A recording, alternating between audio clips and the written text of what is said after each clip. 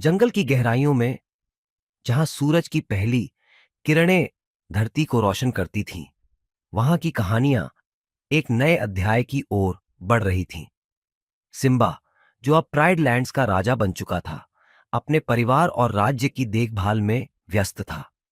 लेकिन जंगल में एक नई चुनौती उभर रही थी। सिम्बा के शासनकाल में जंगल शांति से भर गया था, लेकिन एक दिन एक अनजान छाया ने जंगल को डर से भर दिया।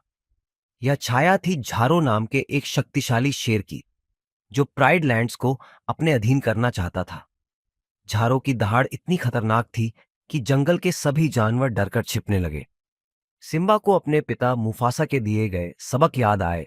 रफीकी ने सिम्बा को उस गुफा में ले जाया जहां उसने पहली बार मुफासा की आत्मा से बात की थी। वहां एक दिव्य घटना घटी। आकाश में बिजली चमकी और मुफासा की आत्मा प्रकट हुई। उनकी आंखों में वो पुरानी ताकत और ज्ञान था।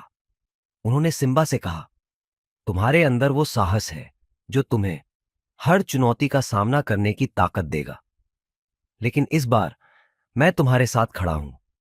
मुफासा की आत्मा ने सिम्बा को प्राइड लैंड्स की असली ताकत के बारे में बताया। एकता और विश्वास। उन्होंने सिम्बा को झारो को हराने की रणनीति समझाई। झारो ने प्राइड लैंड्स पर हमला किया। उसकी सेना शक्तिशाली थी, लेकिन सिम्बा ने मुफासा की दी हुई शिक्षा के अनुसार सभी जानवरों को एकजुट किया। हाथी, जिराफ और हिरण तक सभी सिम्बा के साथ खड़े हो गए। युद्ध शुरू हुआ। मुफासा की आत्मा ने सिम्बा को हर कदम पर प्रेरणा दी। आखिरकार सिम्बा ने झारो का सामना किया।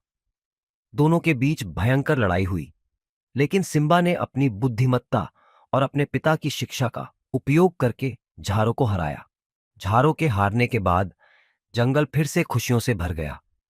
मुफासा की आत्मा ने सिम्बा को गर्व से देखा और कहा, अब तुम सच में प्राइड लैंड्स के राजा हो। मेरा आशीर्वाद हमेशा तुम्हारे साथ रहेगा। आकाश में मुफासा की आत्मा अदृश्य हो गई, लेकिन सिम्बा के दिल में उनकी उपस्थिति हमेशा के लिए रह गई।